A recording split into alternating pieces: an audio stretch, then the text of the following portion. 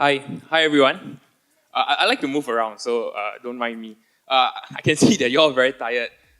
So just bear with me for another 15 minutes and then we're going to be done for the day, and then we're going to give out the CapitaLand vouchers because I know some of you have taken very nice photographs. Um, I just wanted to introduce myself first. My name is Ashiq, and like some of you, I actually started my career in a professional accounting firm, so I went to PwC. 5 years on, I'm still with PwC. Some of you might wonder why, but Yulin is here, so I'm not going to say too much. But anyway, yeah, I'm actually now an audit manager, having spent the last 5 years in PwC. And outside of my professional work, I'm actually the chairman of the Kebun Baru CC Youth Executive Committee, as well as I also do some pro bono accounting work. So I was very fortunate, at last year, ISCA ran a competition, and ISCA runs this competition every year. And I'm very fortunate because I got a chance to be selected to represent ISCA at the One Young World 2017 Summit.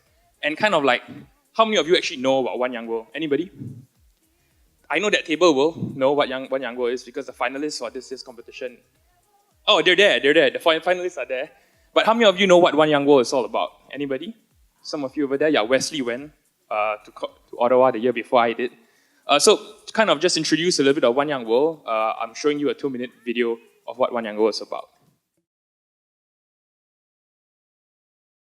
And it was just one of those moving stories that you hear about when you attend One Young World, because there's a lot of sad stories, but there's also a lot of stories of hope, right? And the other day, his message was about hope. What can we young people do? And one of the things that we have is time, right? Time and energy and all that. So One Young World, you can see a lot of these videos. Oh, can you go back? Yeah.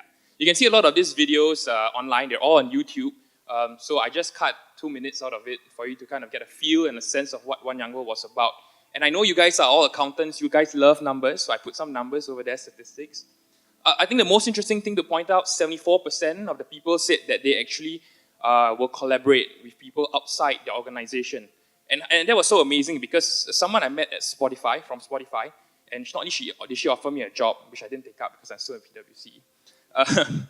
But I actually met up with them. Oh, Yulin's gone, so it's okay. But anyway, yeah, I met up with them for dinner last week when they came down from the UK. And we're talking about trying to get a project running, right? An environmental project running, just basic things about how can we reduce plastics usage in Singapore and encourage more recycling. Those are just some examples of some of the projects that people all around the world, One Young World ambassadors are doing today. So how did I get there? Obviously, you put up a video interview and then write an essay and then went for an interview with a whole panel of people. But I went there as a representative of ISCA and joined a group called Chartered Accountants Worldwide. So if you don't know what Chartered Accountants Worldwide is, it's a body of all the chartered accountancy bodies around the world. There were guys from Australia, New Zealand, South Africa, UK, Ireland. And these were amazing people. And when you come today and you sat with people who you don't know, the first thing you can connect with is because when you start talking about what do you do, what are some of the things that you enjoy talking about, and I don't know whether you enjoy talking about accounting, but some of the things that we could relate so easily over dinner, and we just connected. And this bunch of people were so amazing because they were doing so many great things back home and in their countries.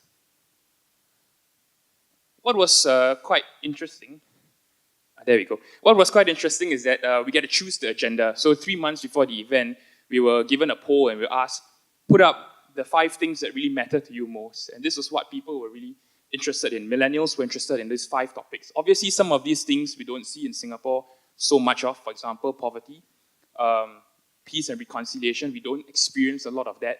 But it actually happens around the world. And I think that some of the stories you would hear, or if you go online, go to YouTube and you watch them, it's really so amazing. I just want to share with you some stories that I heard. One of them was on poverty, right? And Jerome Jerry is a guy who's quite a superstar. He raised $2 million over 24 hours, and he went to Somalia and gave 8 packages to people there. But when he was on the ground, he realized that these 8 packages are not something that people really, really needed. And when he interacted with the people there, he realized that if I give $30 to a family, and I told that family, go and use that $30, repair your car so that you can do a delivery and you can earn money for yourself, that was the way to getting problems solved in that country. And oftentimes when we organize activities at CSR and all that, we just give packages and food packages and things like that. Are we really, really solving the problems on the ground? So one of the things that we did when I came back from this event was I used design thinking. I know James spoke about it this morning. But we used design thinking. We went to interview people on the ground, old folks in Nee Soon, and they said, okay, they're lonely, and when they want to use the toilet at night, the lights are not on. So we actually worked with Ngee Ann Polytechnic, and we created a prototype which has motion sensors so that when they go to the toilet at night, the light turns on, and they can actually have a radio to keep them company in the middle of the, not in the middle of the night, but the radio is on if they need to use it. And that kind of an example of how you can use design thinking to solving some of the world's problems. Inclusion. Diversity and inclusion is a very big corporate buzzword today. And one of the stories was this lady, Eileen Shook, who's the head of people in Accenture, shared about her experience with Black Lives Matters and things like that. And we were asked to write commitment cards.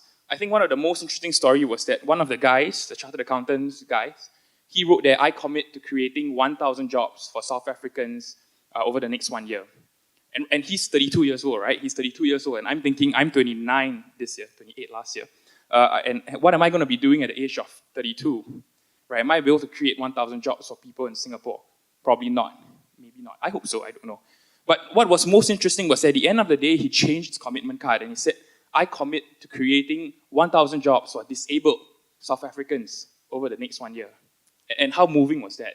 And those are just some examples of the stories that you hear day in, day out when you go for the conference. It starts at 8 a.m., it ends at 8 p.m., and it's just so compelling.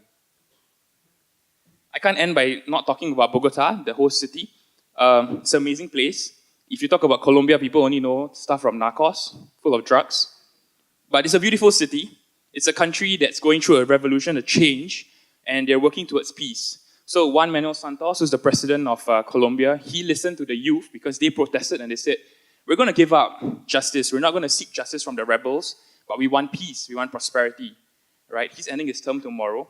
But this journey of peace continues. And the interactions I had with a lot of the young Colombian people, and they know about Singapore because they study Singapore and they see Singapore as an example, a beacon of hope, and how a small country can be so successful. And they told me a lot of stories about Singapore that they learned in the school, and it was just a very meaningful discussions that I had with a lot of young Colombian people.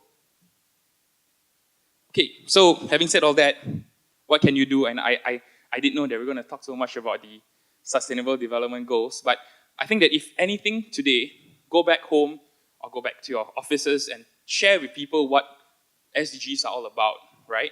I think that if you can even just share, and for example, we had this workshop. Yeah, we had this workshop session over there where we organized this session where it was just a tabletop exercise. We talked about the SDGs. What do you think matters most to you? What do you think matters most to companies today? These are just some of the examples of what you can do to kind of spread the word about Sustainable Development Goals. And if you want to, collaborate on a project, look at the people around you, look at your bosses.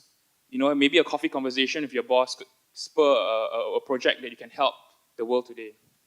And the final message is that the finalists and the winner for the One Young World 2018 has already been decided. So try next year. But I encourage all of you to try next year because they're going back to London. London is where it all started. So in 2019, the version is going back to London, and I can assure you that it was just truly life-changing. So I hope you enjoyed the talk. If you want to chat a little bit more, we can talk after this event. But thank you very much.